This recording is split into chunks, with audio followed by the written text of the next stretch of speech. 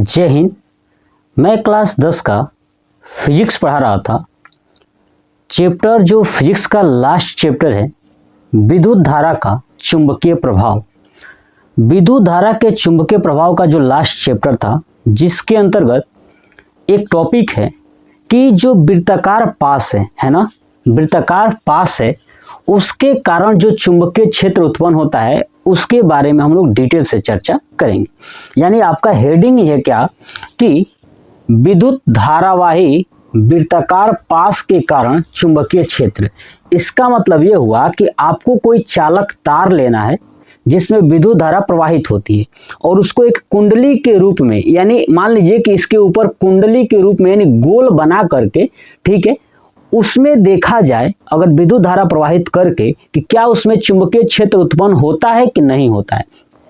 अब आप सोच रहे हो कि हमने पीछे पढ़ा था कि सीधे धारावाही चालक में उत्पन्न चुंबकीय क्षेत्र, ये हमने पढ़ा था ना। अब हम लोग ये देखने वाले हैं कि सीधे धारावाही चालक न होकर के एक कुंडली के रूप में उसको लपेट दिया जाए तो उसमें चुंबकीय क्षेत्र जो उत्पन्न होगा वो कैसे होगा। ठीक है, यही कारण है कि ये हम लोग जो प्रयोग कर रहे हैं, इस प्रयोग के माध्यम से आने वाले समय में, यानी जब ये प्रयोग बताया गया उसके बाद आने वाले समय में आज का जनरेटर, जो आपका मोटर है, ये सब वर्क इसी प्रिंसिपल पे करता है। ठीक है, तो आप हेडिंग पहले नोट कर लीजिएगा। क्या करिएगा कि विद्युत धारावाही वृत्ताकार पास के कारण चुंबकीय क्षेत्र। ठीक है, देखिए सबसे पहले आपको क्या करना है कि एक चालक तार लेना है, वो भी तांबे का। किसका? तांबे का एक तार लेना है। ठीक है, थोड़ी सी मोटी होनी चाहिए और उसको एक कुंडली के रूप में लपेट देना है। क्या करना है? कुंडली के रूप में लपेट देना है।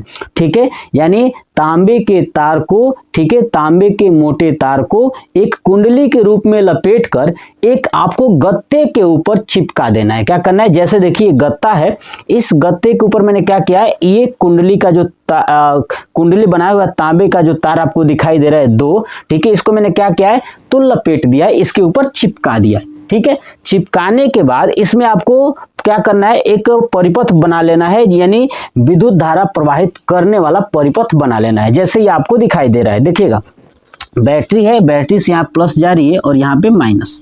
ठीक है, तो प्लस से जो है कि विद्युत धारा जा रही है और यहाँ से होते हुए इस कुंडली से होते हुए पुनः दूसरे कुंडली से होते हुए वापस चली आ रही है। यानी आपको क्या करना है कि आप क्या लिखोगे इसमें, वही चीज मैं आपको समझा रहा हूँ। लिखोगे क्या कि तांबे के एक मोटे तार को कुंडली के रूप में, है ना, वृत्ताकार बना करके, है ना, एक गत्ते के ऊपर चिपकाया गया और इसको चिपकाने के बाद जब इसमें विद्युत धारा प्रवाहित किया गया तो उस कुंडली के चारों ओर चुंबकीय क्षेत्र उत्पन्न हो जाता है या उत्पन्न हो गया। बात समझ में आ गया? ठीक है, इतनी बात लिखने के बाद अब आपको क्या करना है कि अब आप एग्जामिनर को बताना है कि आखिर में इसमें जो चुंबकीय क्षेत्र उत्पन्न हो रहा है उसकी विशेषता क्या है।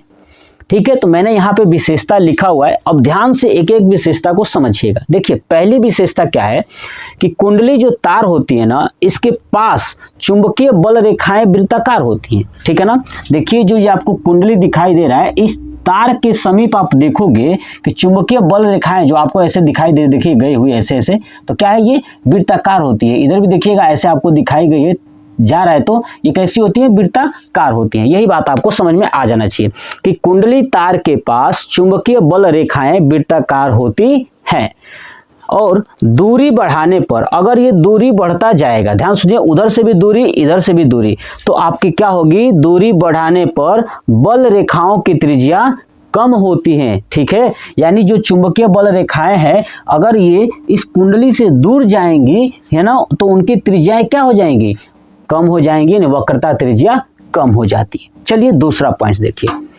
कुंडली के केंद्र पर, देखिए जो कुंडली है आपको, इस कुंडली के केंद्र पर जो बल रेखाएं हैं, चुंबकीय बल रेखाएं, वो समांतर होती हैं। याद रखिएगा कि कुंडली के केंद्र पर चुंबकीय बल रेखाएं क्या होती हैं, समांतर होती हैं तथा कुंडली तल के लंबवत होती हैं, है ना। और ये जो कुंडली तल है, जिस तरफ कुंडली ऐसे चिपकाया गया है, तो इसके लंबवत होती है। देखिए लंबवत ऊपर की तरफ निकला हुआ है।